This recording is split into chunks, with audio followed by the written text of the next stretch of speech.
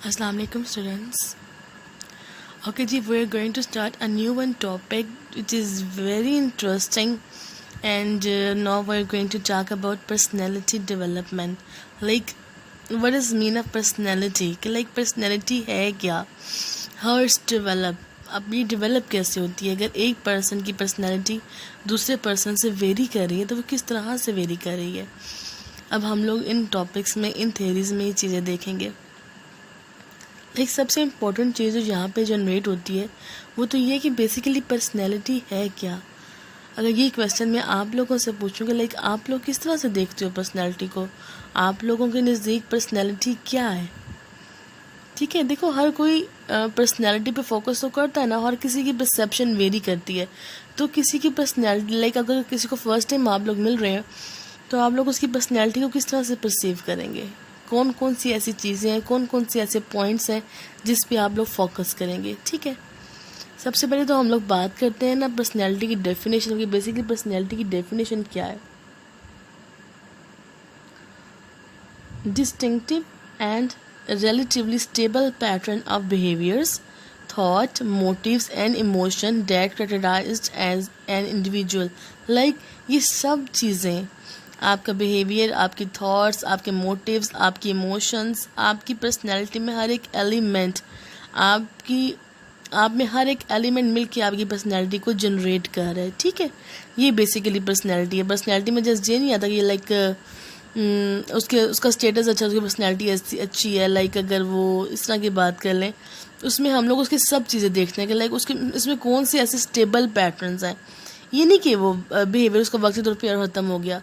Personality में आपकी वो चीज़ें आती हैं जो लॉन्ग लास्टिंग होती हैं, जो काफ़ी अरसे से आपकी पर्सनैलिटी में स्टेबल हो चुकी होती हैं, आप में स्टेबल हो चुकी होती हैं। ठीक है, वो पर्सनैलिटी होती हैं। अब ट्रेड्स, अब वो कहते हैं हर किसी की पर्सनैलिटी में डिफरेंट ट्रेड्स होती हैं। अब ट्रेड्स है क्या? Are characteristics of an individual describing a habitual way of behaving, thinking and feeling. अब वो कहते हैं कि इंसान किस तरह से बिहेव कर रहा है, किस तरह से रिएक्ट कर रहा है, ये सारी उसकी हैबिट्स को जो चीज़ एक्सप्लेन कर रही है, एक्सप्रेस कर रही है, वो ट्रेड्स हैं। अब कुछ लोगों के ट्रेड में शाइनेस होती है, कुछ आउटगोइंग होते हैं, कोई एम्बिशियस होते हैं, कोई लेजी होते हैं, कोई ईजी गोइंग है, कोई एनल है, कोई हाई स्ट्रॉन्ग्स है, कोई कॉन्फिडेंट है। लाइक इन्होंने नीचे डिफरेंट ट्रेड्स की बात कर दी, डिफरेंट क्वालिटीज़ की बात कर दी कि हर पर्सनैलिटी में डिफरेंट क्वालिटीज़ होती हैं, डिफरेंट ट्रेड्स होती हैं, डिफरेंट कैरेक्टरिस्टिक्स होते हैं, और यही कैरेक्टरिस्टिक्स, यही ट्रेड्स मिलके एक पर्सनैलिटी को जनरेट करते हैं। ठीक है, बात समझ आ गई कि पर्सनैलिटी में डिफरेंट ट्रेड्स फॉल कर रही होती हैं। हम उन सारी ट्रेड्स को देखने के बाद बताते हैं कि इंसान की पर्सनैलिटी कैसी है और कैसी नहीं। ओके जी, जो हम लोग थ्योरी स्टार्ट करने जा रहे हैं एरिक एरिक्सन की, जिसका नाम है साइको सोशल डेवलपमेंट। अब उस थ्योरी में देखते हैं कि एरिक एरिक्सन जो कि एक साइकोलॉजिस्ट हैं, एक थियोरिस्ट हैं, वो किन पॉइंट्स पे फोकस करते हैं। अब वो कहते हैं इन्फ्लुएंस ऑन पर्सनल डेवलपमेंट। जो इंसान की पर्सनल डेवलपमेंट हो रही है वो दो चीज़ों की हो रही है, एक उसकी हेरेडिटी, एक उसका इन्वायरमेंट। वो कहते हैं इंसान की पर्सनैलिटी इन दो चीज़ों में डेवलप हो रही है। हेरेडिटी में उसके जीन्स आ गए, उसकी फैमिली आ गई, सब कुछ हो गया। अब इन्वायरमेंट में कौन कौन है? इन्वायरमेंट में उसके parents and other adults, specially teachers, plus उसके पीयर्स कहते हैं फ्रेंड्स को। ठीक है, अब वो कहते हैं उसका इन्वायरमेंट बड़ा इंपॉर्टेंट है। अगर हम लोगों ने किसी की पर्सनैलिटी डेवलप करनी है, फॉर एग्जांपल एक बच्चा अगर दुनिया में आया है, न्यू बॉर्न है, उसको कुछ पता नहीं है, उसकी पर्सनैलिटी अगर हम लोगों ने डेवलप करनी है तो उसमें दो चीज़ें इंपॉर्टेंट है। एक तो हेरेडिटी जो कि अल्लाह ताला की तरफ से उसको मिल चुकी है। अब इन्वायरमेंट, अब ये हम पे डिपेंड करता है कि हम लोग उस न्यू बॉर्न को कैसा इन्वायरमेंट देंगे और उसकी पर्सनैलिटी कैसी कंस्ट्रक्ट करेंगे, ये टोटली हम लोग पर डिपेंड कर रहा है। तो उसको उसकी पर्सनैलिटी कंस्ट्रक्ट करने में दो चीज़ें यहाँ पे इम्पॉर्टेंट है। पहली बात ये कि उस बच्चे के इन्वायरमेंट में जो उसके पेरेंट्स हैं या जो उसके एडल्ट्स हैं, जहाँ जो उसके टीचर्स हैं, उनका वे ऑफ स्टाइल क्या है, उनका वे ऑफ बिहेविंग कैसा है, उनका वे ऑफ लिविंग कैसे है, उनकी पर्सनैलिटी कैसी है, वो पर्सनैलिटी इन्फ्लुएंस करेगी बहुत ज़्यादा। दूसरा, उसके पीयर्स, उसके फ्रेंड्स उस पर बहुत ज़्यादा इन्फ्लुएंस करते हैं उसकी पर्सनैलिटी को डेवलप करने में। ठीक है, तो यहाँ पे एरिक्सन का पॉइंट याद रखिएगा कि पर्सनैलिटी डेवलपमेंट में दो चीज़ें इंपॉर्टेंट है, हेरेडिटी एंड इन्वायरमेंट। ठीक है, अब psycho social studies of personality development जिसकी मैं बात कर रही हूँ, ये जो थियरी है जो हम लोगों ने पढ़नी है, ये एरिक एरिक्सन की थियरी है। इनके अकॉर्डिंग क्या है? इनके अकॉर्डिंग ये है कि वो कहते हैं सारी ज़िंदगी में पर्सनैलिटी डेवलपमेंट के लिए 8 स्टेजेस होती हैं। टोटल 8 स्टेजेस होती हैं, ठीक है। अब वो कहते हैं हर स्टेज पे डेवलपमेंट डिफरेंट हो रही है। लाइक अगर स्टेज 1 है तो उसका एज ड्यूरेशन भी चेंज होगा, स्टेज 2 का चेंज होगा। आप देखिएगा नेक्स्ट मैं आपको स्टेजेस बढ़ाती हूँ। हर स्टेज में उसका ड्यूरेशन चेंज है, उसकी स्ट्रेंथ चेंज है, उसकी डेवलपमेंट चेंज है। तो वो कहते हैं ये 8 स्टेजेस हैं जो थ्रू आउट द लाइफ चलती हैं और हर स्टेज में डेवलपमेंट पहली स्टेज से मुख्तलिफ हो रही है। अब हर स्टेज के कुछ पॉजिटिव्स भी हैं, कुछ नेगेटिव्स भी हैं। अब हम लोगों ने कोशिश करनी है कि हम उसको पॉजिटिव की तरफ लेके जाएं, उसकी पर्सनैलिटी को प्रॉपर डेवलप करें। अब यहाँ पे आप लोग 8 स्टेजेस के नेम कौन कौन से हैं वो देखेंगे, उसके अंदर उसकी डेवलपमेंट क्या हो रही है वो देखेंगे, और उस स्टेज की बेसिक स्ट्रेंथ, हर स्टेज की एक बेसिक स्ट्रेंथ है वो क्या है वो देखेंगे, ठीक है। अगर हम लोग इस स्लाइड को देखें तो यहाँ पे मैंने मेंशन किया है 8 successive stages over the life span, यानी ज़िंदगी भर के लिए 8 स्टेजेस हैं। एड्रेस, अब उसमें कौन कौन सी चीज़ें आती हैं, हमारी bio, social, situational, personal influences, ये सारे पॉइंट्स उसमें देखते हैं, ठीक है। अब क्राइसिस, अगर यहाँ पे क्राइसिस आ गए तो क्या हुआ, मस्ट एडेप्टली और maladaptively cope up task in each development stage. Respond, वही मैंने बताया कि हर स्टेज के कुछ पॉजिटिव्स हैं, कुछ नेगेटिव्स हैं, और हर स्टेज की कुछ बेसिक स्ट्रेंथ है। Motivating characteristics and believes that drive from successful resolution और क्राइसिस इन ईच स्टेज, ठीक है। अब इनको वन बाय वन आपको स्टेजेस को हम लोग डिस्क्राइब करते हैं कि फर्स्ट वन स्टेज कौन सी है और उसमें उसकी डेवलपमेंट किस तरह से हो रही है। ओके जी, this one is our first one stage जो कि एरिक एरिक्सन ने डिफाइन की थी। अब इस स्टेज का नाम है बेसिक ट्रस्ट वर्सेस मिसट्रस्ट। इनके नेम अपने याद करने हैं। अब देखिए, अगर आप इसके नेम पे फोकस करें तो आपको काफ़ी हद तक बात क्लियर हो जाती है कि बेसिक ट्रस्ट वर्सेस मिसट्रस्ट, या तो उसमें ट्रस्ट का एलिमेंट इसमें डेवलप होगा या तो मिसट्रस्ट का डेवलप होगा। अब इसकी ड्यूरेशन देखिएगा, बर्थ टू एज 1, यानी 1 साल के बच्चे में, सोचे ना 1 साल के बच्चे में ट्रस्ट का एलिमेंट कैसे डेवलप हो सकता है। 1 साल के बच्चे की क्या नीड्स हो सकती हैं, यही कि जब मैं रहूँ तो मुझे प्रॉपर फीड मिले, मुझे फीडर मिले, कुछ इस तरह से। तो वही बात है कि अगर वो रो रहा है या उसको उसकी नीड है और उसको अगर टाइमली फीड किया जा रहा है, फीडर मिल रहा है, तो ऑब्वियसली उसमें एक ट्रस्ट का एलिमेंट डेवलप होता है कि हाँ कि कोई है जिसमें मैं ट्रस्ट कर सकता हूँ। और अगर वो अगर कोई वर्किंग वुमेन्स हैं, वो बच्चों को छोड़ जाती हैं मेड्स के पास, अगर मेड उसको प्रॉपर नहीं केयर दे रही हैं, तो तब बच्चे में मिसट्रस्ट का एलिमेंट जनरेट होता है, ठीक है। क्योंकि बच्चा टोटली डिपेंड कर रहा है दूसरे लोगों पे, टोटली डिपेंडेंट ऑन अदर्स, वो खुद तो कुछ नहीं कर सकता ना। तो उसका देखें पॉइंट यही है, care givers meets needs child develop trust. अगर तो उसकी नीड्स फुलफिल हो रही हैं तो उसमें ट्रस्ट का एलिमेंट डेवलप हो रहा है, अगर उसकी नीड्स फुलफिल नहीं हो रही तो उसमें मिसट्रस्ट का एलिमेंट डेवलप हो रहा है। अब जैसे मैंने आपको स्टार्टिंग में बताया था कि हर एक स्टेज की एक बेसिक स्ट्रेंथ है। अब देखो इसकी बेसिक स्ट्रेंथ क्या है, होप, कि उसको उम्मीद है कि अगर मैं रहूँगा तो मुझे फीडर मिलेगा, अगर मैं थोड़ी सी आवाज़ भी निकालूंगा तो मुझे फीडर मिलेगा। बिलीफ और डिज़ायर विल बी सेटिस्फाइड, कि उसको पता है कि मेरी डिज़ायर है तो वो सेटिस्फाई होनी है, बेशक अल्फाज नहीं है उसके पास लेकिन उसको यकीन होता है। फीलिंग ऑफ कॉन्फिडेंस, कि उसको कॉन्फिडेंस है इस चीज़ पे कि हाँ मुझे मिल जाएगा। तो बेसिक ट्रस्ट वर्सेस मिसट्रस्ट में बात आपको समझ आ गई कि उसमें या तो ट्रस्ट का एलिमेंट कंस्ट्रक्ट हो सकता है या तो मिसट्रस्ट का। अब ये टोटली केयर गिवर डिपेंड है। Okay, ji, come toward now second one stage which is our autonomy versus shame and doubt. अब देखिए autonomy versus shame and doubt में स्टेज में क्या हो रहा है, इसकी ड्यूरेशन क्या है, 1 to 3 years। अब अगर आप 1 से 3 साल का बच्चा अपने जहन में लेके आए ना, तो उसकी क्या होती हैं हैबिट्स, वो क्या करना चाहता है, वो कुछ कंट्रोल लेना चाह रहा होता है चीज़ों पे। वो चाहता है, अब 1 साल के बच्चे को हम लोग खुद ही फीडर पकड़ा के पिला रहे हैं, कुछ चीज़ खिलानी है खुद खिला रहे हैं, लेकिन जैसे ही उसकी एज ज़्यादा होती है, 1 से 3 साल का बच्चा, तो क्या होता है कि आप उसको कुछ खिलाने का करते हैं ना, तो वो अपनी स्पून खुद पकड़ लेता है। तो वो ये बात करना चाह रहा है कि अब इसमें क्या है, child able to exercise some degree of choice, कि अब बच्चा खुद से कुछ करना चाहता है।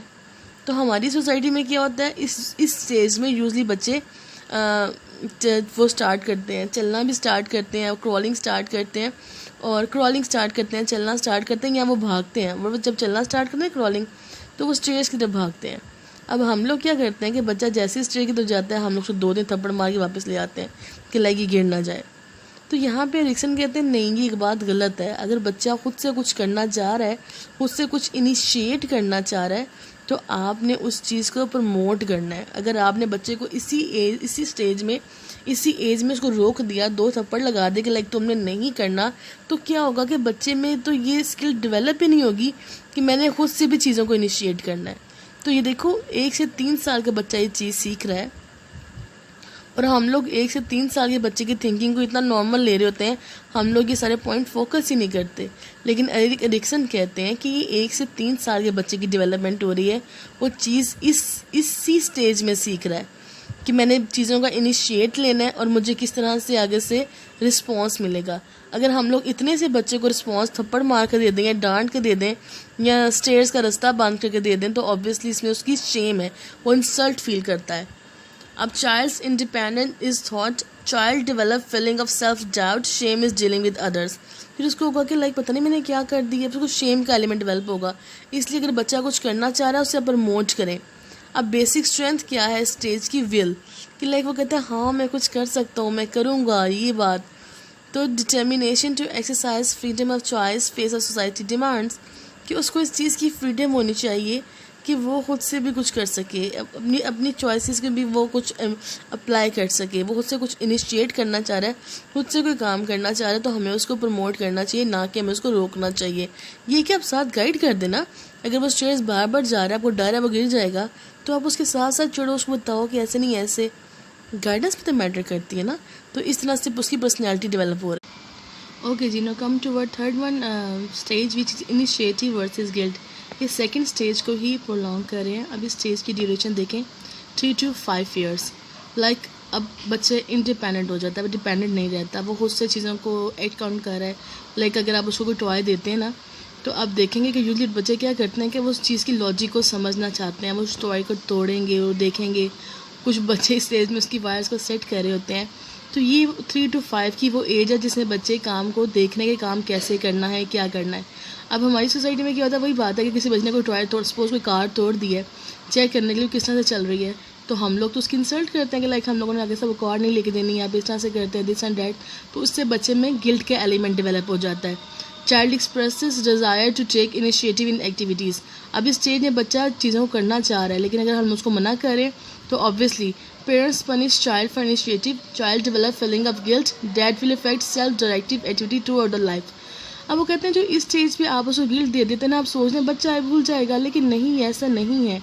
ये थ्रू आउट द लाइफ उस बच्चे के साथ चलना होता है। ये ऐसी चीज़ नहीं कि बस ख़त्म हो गई, आप सोच रहे हैं बच्चा है अभी डांटा है अभी भूल जाएगा, अभी इसको मनाएंगे कोई कैंडी दे के, कोई गिफ्ट दे के, लेकिन ऐसा नहीं होता। वो गिल्ट उसकी थ्रू आउट द लाइफ उसके जहन में रहेगा कि लाइक मैंने ये काम करना चाहा था और मेरी इस पर इंसल्ट हुई थी। तो इन फ्यूचर जब भी वो कोई ऐसा इनिशिएटिव लेना चाहेगा, ऐसा काम करना चाहेगा, तो उसके माइंड में बात लाजमी आएगी। ठीक है। अब इस स्टेज की बेसिक स्ट्रेंथ क्या है? पर्पस, कि उसको एक पर्पस मिलता है, कि वो ढूंढता है कि एक मकसद क्या है। Courage to envision in pursue goal. अगर बच्चा कुछ करना चाह रहा है तो उसको आप करेज करें और उसका गोल हासिल करने में उसकी मदद करें, ना कि आप लोग उसकी इसको वही बात समझाना चाह रहे हैं कि आप उसको हेल्प आउट करें, उसकी इंसल्ट नहीं करें। उसके बाद नेक्स्ट वन स्टेज पे चलते हैं हम लोग, जो कि इंटरेस्टियसनेस वर्सेस इन्फीरियरिटी। अब इंटरेस्टियसनेस वर्सेस इन्फीरियरिटी में क्या है? 6 to 11 years, यानी कि स्कूलिंग की एज। अब बच्चा स्कूल जाता है, बच्चा डिफरेंट एक्टिविटीज़ में पार्टिसिपेट कर रहा है। A child develops cognitive abilities to enable in task completion, school work and play. अब वो उसमें कॉग्निशन अपने यूज़ कर रहा है, अपना मेंटल वर्क यूज़ कर रहा है। कॉग्निशन किसे कहते हैं? मेंटल एबिलिटीज़ को। लाइक अगर आपने उसको कोई पजल दिया है, तब वो उसको खुद से एडजस्ट करने की कोशिश करेगा, या आपने उसको ब्लॉक्स दिए हैं तो वो उसको डिफरेंट तरीके से सेट करने की कोशिश करेगा। या फॉर एग्जांपल अगर आपने उसको एक मैथ्स का सम दिया है, कोई भी मेथड एक मेथड से दिया है ना, अब वो वही सम डिफरेंट मेथड से करने की कोशिश करेगा। तो इसे कहते हैं इंडस्ट्रियसनेस, कि वो अपनी कॉग्निटिव एबिलिटीज़ को यूज़ कर रहा है। तो अगर हम लोग उसको इस चीज़ को प्रमोट नहीं करेंगे, हम इस चीज़ को उसको प्रमोट नहीं करेंगे, उसको मना करेंगे, तो बच्चे में इन्फीरियोरिटी का एलिमेंट डेवलप हो जाता है। वही बात है कि अगर उसने मैथ्स का सम किसी और फार्मूले से कर दिया तो हमें चाहिए कि हम उसको इनकरेज करें, ना कि डिस्करेज करें। ठीक है, यहाँ पर ये चीज़ इंपॉर्टेंट। ठीक है, इसमें बात आपको समझ आ गई कि parents teacher do not support child effort. अगर हम लोग उसकी एफर्ट्स को सपोर्ट, इनफैक्ट हमें तो चाहिए कि हम उसको हेल्प आउट करें। अगर वो कोई नया मेथड डेवलप करना चाह रहा है या इनोवेट करना चाह रहा है या फाइंड करना चाह रहा है, तो हमें चाहिए कि हम उसको अप्रिशिएट करें कि वेरी गुड, ये सम डिफरेंट मेथड से भी हो सकता है। लेकिन अगर हम उसको ऐसा नहीं करेंगे, उसको ये बोलेंगे कि यार तुम लकीर के फ़कीर बन जाओ, जो तुम्हें बताया गया जस्ट वही करो, तो उसमें इन्फीरियोरिटी की फीलिंग्स डेवलप होंगी। लाइक उसको लगेगा कि मैंने गलत काम कर दिया था, मेरी इंसल्ट हो गई है। तो उसकी बेसिक स्ट्रेंथ क्या है? कॉम्पिटेंस की। उसकी कॉम्पिटेंसी की स्ट्रेंथ डेवलप हो रही होती है, यानी वो चीज़ों को डिफरेंट तरीके से करने का सोच रहा होता है। ठीक है, अब ये चीज़ यहाँ पे बड़ी इंपॉर्टेंट है कि आपने उस चीज़ को इनकरेज करना है, डिस्करेज नहीं करना, वरना उसमें इन्फीरियोरिटी का एलिमेंट आ जाता है। अब हमारे पास स्टेज नंबर 5 है, बड़ी इंपॉर्टेंट स्टेज है जी। हाँ जी, आप लोगों की एज की आई थिंक सो 12 to 18। ठीक है, अब 12 to 18 में क्या होता है देखिए, आइडेंटिटी वर्सेस रोल कन्फ्यूजन। अब आइडेंटिटी वर्सेस रोल कन्फ्यूजन में क्या होता है, अगर आप एज से ही देखें कि 12 से 15 साल, अब 12 से 15 साल में फिजिकली और मेंटली बोथ इंडिविजुअल में बहुत से चेंजेस आ रहे होते हैं। अब हमारी सोसाइटी में क्या होता है कि हम लोग इस चीज़ को एक्सप्रेस नहीं करते, हम लोग इस चीज़ पे अपने बच्चों को पास बिठा के बात नहीं करते, गाइड नहीं करते, जो कि गलत बात है। हम लोग उनको प्रॉपर गाइडेंस नहीं देते, जिस बेस पे वो अपनी आइडेंटिटी को या उन चेंजेस को डिफ्रेंशिएट नहीं कर पाते हैं कि ऐसा हो रहा है तो क्यों हो रहा है। ठीक है, तो वो इस चीज़ को सोचेंगे लाइक पता नहीं सब क्यों है ऐसा, मेरे साथ ये चेंजेस क्यों आ रहे हैं, वो चेंजेस क्यों आ रहे हैं, मेरी थिंकिंग, मेरी थॉट्स, मेरी अपीयरेंस क्यों चेंज हो रही है। तो उनको इस चीज़ पे प्रॉपर गाइडेंस देना बहुत ज़रूरी है, क्योंकि उनका सेल्फ इमेज डेवलप हो रहा होता है। अगर हम उनको यहाँ पे प्रॉपर गाइड नहीं करेंगे तो उनका सेल्फ इमेज प्रॉपर डेवलप नहीं होगा। ठीक है, अब वो कहते हैं फॉर्म ईगो आइडेंटिटी। वही बात है कि सेल्फ इमेज यहाँ पे डेवलप हो रहा है, strong sense of identity, face adulthood with certainty and confidence. अब ये बात है कि फेस में भी चेंजेस आ रहे होते हैं, ईच एंड एवरीथिंग। अब आइडेंटिटी क्राइसिस इस तरह से आएंगे कि उसको समझ नहीं जब आना कि सब कुछ क्यों हो रहा है, तो ऑब्वियसली उसका रोल कन्फ्यूजन डेवलप हो जाएगा, वो उस चीज़ को लेके क्लियर नहीं होगा। लाइक वो मे भी इस चीज़ को ये फील करे कि ये शर्मिंदगी है मेरे लिए, पता नहीं क्या मुझे हो गया है, ये कोई प्रॉब्लम है, दिस एंड डैट। तो इस तरह से उसको गाइड करना लाजमी है। अब इसकी जो बेसिक स्ट्रेंथ ऑफ फिडिलिटी है, फिडिलिटी कहते हैं पुख्तगी को, कि लाइक एक उसकी पर्सनैलिटी में एक स्ट्रॉन्ग चीज़ डेवलप हो रही होती है।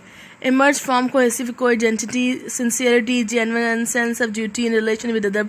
लाइक वो रिस्पॉन्सिबिलिटी, इन सब चीज़ों को भी समझ रहा होता है, क्योंकि वो समझदार जो हो रहा होता है, मेच्योर जो हो रहा होता है, तो इन सब चीज़ों को भी समझता है कि मैंने ये भी काम करने हैं, मैंने वो भी काम करने हैं, मैंने इससे सब कुछ करना है। ठीक है, इस तरीके से ये स्टेज भी इंपॉर्टेंट होती है। लेकिन हमारी सोसाइटी का बहुत बड़ा फ्लॉ है कि हमारे पेरेंट्स ही इस बात पर बच्चों से बात नहीं करते हैं, तो उनको यहाँ वहाँ से जो इन्फॉर्मेशन मिलती है वो मिसगाइड हो जाते हैं फिर। ठीक है, ओके जी। 6th स्टेज है आपके पास intimacy versus isolation. Intimacy versus isolation, तो पहली बात ये कि इंटीमेट रिलेशनशिप्स कौन से होते हैं, इंटीमेसी किसे कहते हैं। इंटीमेट रिलेशनशिप्स कहते हैं क्लोज रिलेशंस को, सोल रिलेशंस को, यानी जो रिलेशन हमारे प्योरिटी की बेस पे होते हैं, सच्चाई की, जिसमें ये फेकनेस नहीं होती। ठीक है, और आइसोलेशन कहते हैं तन्हाई को। अब देखें इसकी ड्यूरेशन क्या है, 18 to 35 ईयर्स अप्रॉक्सीमेटली। अब वो कहते हैं जी undertake productive work and establish intimate relationship. अब इसमें क्या होता है कि जब हम सोचते हैं कि हाँ उसने कोई काम कर लिया, कोई जॉब अच्छी मिल गई है, तो वो इंटीमेट रिलेशनशिप के बारे में सोचता है।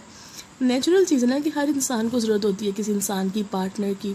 ठीक है, अब वो कहते हैं कि अगर इस स्टेज में उसको प्रॉपर अपना पार्टनर मिल जाए, उसका रिलेशनशिप प्रॉपर डेवलप हो जाए, इंटीमेट रिलेशनशिप, तो बड़ी स्ट्रॉन्ग पर्सनैलिटी डेवलप होती है, क्योंकि ह्यूमन नीड है ना, तो वो प्रॉपर फुलफिल हो जाए तो उसकी पर्सनैलिटी स्ट्रॉन्ग डेवलप होगी। लेकिन अगर इसके कंट्रास्ट में उसको कोई फेक पार्टनर मिल जाता है, कोई फ्रॉड पार्टनर मिल जाता है जो उसे धोखा करता है, उसके साथ वैसा नहीं रहता, तो फिर उसकी जो है प्रॉब्लम क्रिएट हो जाती है। ठीक है, उसमें आइसोलेशन, उसमें तन्हाई वाला एलिमेंट आ जाता है, वो सेपरेट हो जाता है चीज़ों से।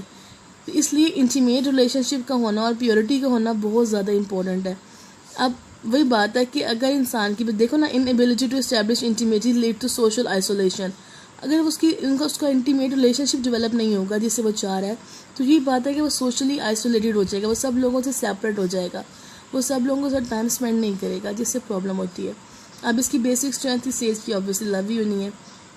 Mutual devotion is a share identity focusing on one self with another person, कि लाइक उन दोनों में इन्वॉल्वमेंट है, वो लोग साथ लेके चल रहे हैं, इसकी ये चीज़ इंपॉर्टेंट होती है। ठीक है, इंटीमेसी वर्सेस आइसोलेशन का क्लियर हो गया। नेक्स्ट स्टेज पे चलते हैं। अब हमारे पास स्टेज नंबर 7 है जनरेटिविटी वर्सेस स्टैग्नेशन। आपके पेरेंट्स की एज 35 to 55 अप्रॉक्सीमेटली। अब इसमें क्या है जनरेटिविटी में देखिए, अब जनरेटिविटी क्या है, active involvement in teaching guiding the next generation.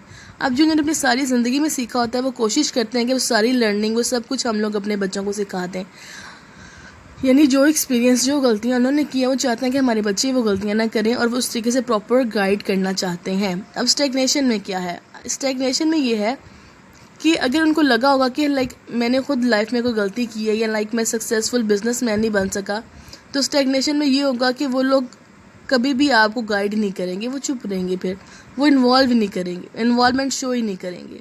ठीक है, अब बेसिक स्ट्रेंथ इसमें ऑब्वियसली पेरेंट्स की जो केयर ही होती है वो केयर ही करना चाहते हैं। ब्रॉड कंसर्न ऑफ अदर, इसमें उनको अपने से कोई कंसर्न नहीं होता, उनको बाकियों से कंसर्न होता है। नीड टू टीच अदर, वो चाहते हैं कि हम सबको सिखा दें जो हमने सीखा। ओके, ये स्टेज नंबर 8 है, लास्ट स्टेज आपके पास, जिसका नाम है ईगो इंटीग्रिटी वर्सेस डिसअपीयर। अब ईगो इंटीग्रिटी वर्सेस डिसअपीयर में क्या होता है, 55 प्लस की एज है। अब ईगो इंटीग्रिटी उस सूरत में होगी जब आपको लगा होगा कि लाइक आपने अपनी पूरी ज़िंदगी बड़ी सेटिस्फेक्शन से गुजारी है, मेरी ज़िंदगी में कोई फ्लॉज नहीं थे, मैंने कोई गलती नहीं की। अब डिसअपीयर में क्या होगा, अगर उनको लगेगा लाइक मैंने गलतियों पे गलतियाँ की हैं तो वो रिव्यू करेंगे गुस्से में या फ्रस्ट्रेशन में, उनको होगा कि लाइक मैंने ऐसा क्यों किया था, मुझे ऐसा नहीं करना चाहिए था। ठीक है, अब इसकी बेसिक स्ट्रेंथ क्या है, विजडम, यानी उनको अब जाके अकल आ रही होती है इस चीज़ों पर, लाइक मुझे ऐसा नहीं करना चाहिए था, मैंने वैसा क्यों किया, मुझे वैसा नहीं करना चाहिए था। Detached concern with the whole life, सारी बात है स्टेज में उनको पूरी ज़िंदगी से फिर कोई कंसर्न नहीं होता, वो इस चीज़ पे सोच रहे होते हैं कि लाइक मैंने ऐसा किया तो क्यों किया, मैंने वैसा किया तो क्यों किया। लाइक इस तरह से ये 8 स्टेजेस आपकी पर्सनैलिटी को डेवलप करती हैं। अगर आप बोलें कि आपकी पर्सनैलिटी अभी डेवलप हो गई है, ये चेंज नहीं हो सकती, ये बात गलत है। आपको हर स्टेज पे मौका मिलता है अपने अंदर कुछ चेंज लेके आने का। हर टाइम पे आप खुद में कुछ ना कुछ चेंज कर सकते हैं। रिक्सन का पॉइंट ऑफ व्यू ही ये है कि आपकी लाइफ में थ्रू आउट द चेंजेस होते रहते हैं, आपकी personality development through out the life होती रहती है। ठीक है, ये रिक्सन का मेन पॉइंट ही है कि ऐसा नहीं है कि आपकी जो डेवलपमेंट है वो 1-2 साल में होगी ख़त्म। उसने कहा सारी ज़िंदगी आपकी पर्सनैलिटी डेवलप होती रहती है अगर आप उसको डेवलप करना चाहें तो। और इन 8 स्टेजेस में आपने यही बात लर्न की होगी, यही बात नोट की होगी कि उसकी हर स्टेज में कोई ना कोई डेवलपमेंट हो रही है। ठीक है, अब वो कहते हैं अगर इसके हम असेसमेंट करें रिक्सन की थ्योरी को, साइकोस्टोरिकल एनालिसिस, तो वही कहते हैं कि इसकी जो एप्लीकेशन है ये थ्रू आउट द लाइफ है और हिस्ट्री में भी इसकी रीजंस मिलती हैं। साइकोलॉजिकल टेस्ट हैं, इसने कुछ टेस्ट भी बनाए थे जो कि हम लोग कर सकते हैं हर स्टेज को मेजर करने के लिए, देखने के लिए। ठीक है जी, it's all about 8 stages. Thank you.